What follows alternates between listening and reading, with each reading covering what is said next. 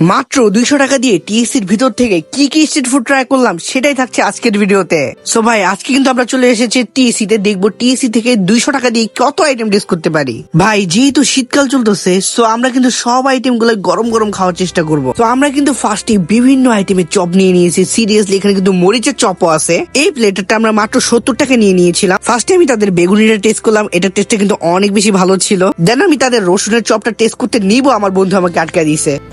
साला ये दुख का खत्म नहीं होता बे। ভাই এই রসুনের বড়ার টেস্টটা কিন্তু আমার কাছে মোটামুটি ভালোই লেগেছে। ভাই তারপর আমি টেস্ট করলাম মরিচের বড়া। ভাই বিশ্বাস করো, পুরো মরিচের উপরে ভেষণ মেশন দিয়ে ভরে রাখছে, আর কিছুই না। গাইস দেখতেই পাচ্ছ মরিচের বড়া কিন্তু আনবক্সিং হইলো এখানে। সিরিয়াসলি বলতেছি ভাই, এটা পুরোপুরি লস প্রজেক্ট। বাসায় জাল মরিচ খেলে এর থেকে বেশি ভালো লাগতো আমার। ভাই নিয়েছিলাম তাদের ডিম চপ, কিন্তু ডিম চপের ভিতরে ছিল না কোনো ডিম। সিরিয়াসলি ভাই এখান থেকে কিন্তু মাত্র 70 টাকায় আমরা বিভিন্ন আইটেমের চপ টেস্ট করছিলাম। তারপরে চলে গেলাম আমরা টর্নেডো পটেটো খাওয়ার জন্য। সিরিয়াসলি বলতেছি ভাই, সব সময়ের মতো এটা কিন্তু আমার অনেক বেশি ফেভারিট, বাট এটা টেস্টে কিন্তু আমার কাছে এভারেজই লেগেছে, কারণ আমার ধূপ খোলারটা একটু বেশি ভালো লেগেছিল। ভাই আমাদের কাছে আরো 100 টাকা ছিল, তো আমরা কাবাব আইটেমে চলে গেলাম। সিরিয়াসলি বলতেছি মাত্র 70 টাকায় এখানে কিন্তু চিকেন উইংস এর কাবাব পাওয়া যাবে। মাত্র 70 টাকায় সোলা সহ 3 আইটেমের সস পাবা, উইংস এর কাবাব এবং লুচি সহ ফুল প্লেটারের প্রাইস মাত্র 70 টাকা। সিরিয়াসলি এটা কিন্তু অনেক বেস্ট ডিল হতে পারে। তবে ভাই এখানে কাবাবটা কিন্তু একটুখানি কাঁচা ছিল, সো আমার কাছে এটা একটু বেশি খারাপ লাগছে। পরে বলার পরে কাবাবটা ঠিক করে দিছে, সো এটা টেস্ট একটু বেটার হয়েছিল।